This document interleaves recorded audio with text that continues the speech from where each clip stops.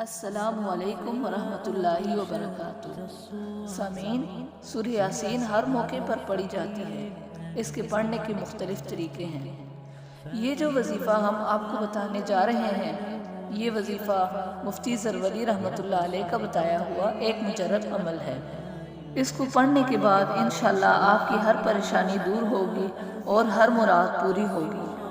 آپ کو جو بھی پریشانی ہو، آپ ایک سادہ کاغذ پر اپنی تمام دعائیں لکھیں، اس کے بعد 3 مرتبہ سورہ فاتحہ، 3 مرتبہ آیت الکرسی، 3 مرتبہ چہار کل اور 3 مرتبہ درود ابراہیمی پڑھ لیں، اور اس کے بعد سادہ کاغذ پر لکھی ہوئی دعائیں پڑھیں۔ پھر سورہ یاسین شروع کر دیں۔